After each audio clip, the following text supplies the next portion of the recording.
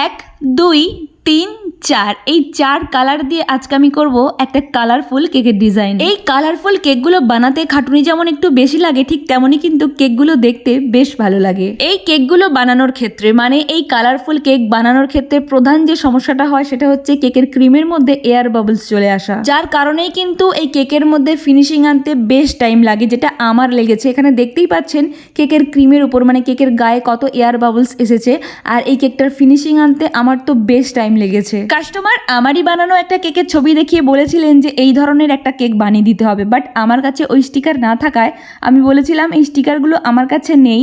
তো উনি বলেছিলেন যে হ্যাঁ, যে কোনো একটা কালারফুল কেক বানিয়ে দিলেই হবে। তো সেই কথা মতোই আমি আজকের এই কেকটা বানাচ্ছি, যদিও পুরো ডেকোরেশনটা, কেকের ডিজাইনটা আমি আমার মতো করেই বানিয়েছি। কেকটা নেওয়া হয়েছে একটা 1 ইয়ার বার্থডে প্রিন্সেসের জন্য। তো আজকের কেকের ডিজাইনটা কেমন লাগলো অবশ্যই কিন্তু জানাবেন। দেখা হচ্ছে নেক্সট ভিডিওতে।